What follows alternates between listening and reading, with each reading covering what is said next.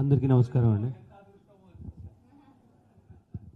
Thank you అండి. ముందుగా ఇక్కడున్న పెద్దవాళ్ళందరికీ నమస్కారం.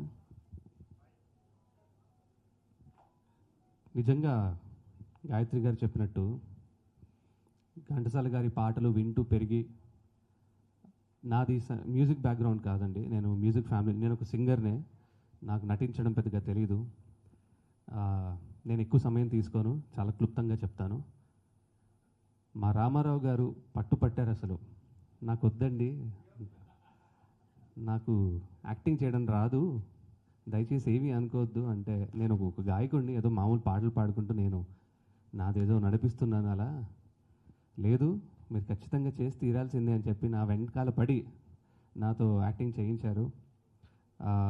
సినిమా చూసిన వాళ్ళు చాలా బాగుంది అని చెప్పి చాలా ఎమోషనల్గా ఫీల్ అయ్యి కూడా సినిమాని చాలా బాగా రిసీవ్ చేసుకున్నారు. ముందుగా వాళ్ళందరికీ thank you so much. And నిజంగా ఘంటసాల గారి పాటలు విని పెరిగి ఘంటసాల గారి పాత్ర ఈరోజు నేను చేయడం అనేది నాకు చాలా అదృష్టంగా భావిస్తున్నాను. దానికి ముందుగా నేను ఆ భగవంతుడిని, అలాగే మా తల్లిదండ్రుల్ని, అలాగే మా గురువులందరికీ కూడా మనస్ఫూర్తిగా ధన్యవాదాలు తెలియజేస్తున్నాను. ఇంతకు మించి ఏం మాట్లాడాలో కూడా నాకు తెలియట్లేదు.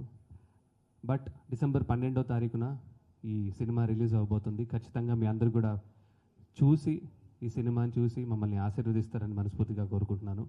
అండ్ మరొకసారి మా రామారావు గారికి మనస్ఫూర్తిగా ధన్యవాదాలు. And also at the same time చాలామంది ఇందులో నటించడం జరిగింది. మా భారవి గారు, మా సార్ గారు అందరూ, అంటే నేను చాలా చిన్నవాడినైనా కూడా చాలా ఆప్యాయంగా నన్ను చూసుకొని సినిమా షూటింగ్లో అందరం చాలా మంచి టైం స్పెండ్ చేసి అలా సరదాగా జరుపుకున్న రోజులు చాలా ఉన్నాయి. ఇంకో అదృష్టం ఏంటి అంటే,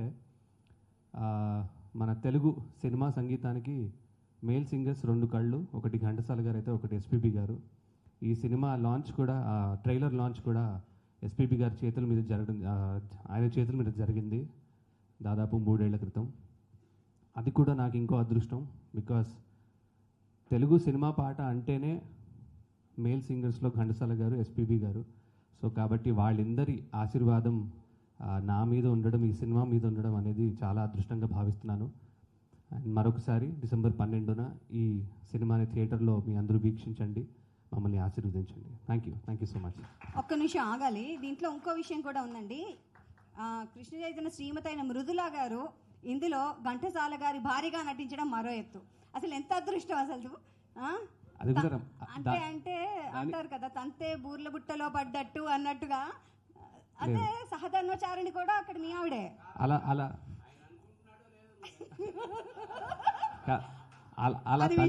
కాదు కదా, అలా తల్లింది మా రామారావు గారే, అలా తల్లింది ఆయనే. సో కాబట్టి బట్ ఎనీవేస్ అఫ్కోర్స్ మృదులా చేయడం కూడా చాలా హ్యాపీ. అండ్ రామారావు గారు అంటే ఆయన ఒక ప్యాకేజ్ లాగా చూసేశారు ఆల్రెడీ మా ఇద్దరిని. అవన్నీ చెక్ చేసుకొని నా దగ్గరికి వచ్చి మాట్లాడేది. తను ఇదో మీ వృత్తిలోనే ఉంది కాబట్టి వేరే పనిలో అలా బిజీగా ఉంది, అనుకోకుండా తను ముందే వేరే వర్క్ ఒప్పుకుంది, అందుకని రాలేదు. కంగ్రాచులేషన్స్ చెప్పండి. తప్పకుండా. All the best. Thank you so much. Thank you అండి.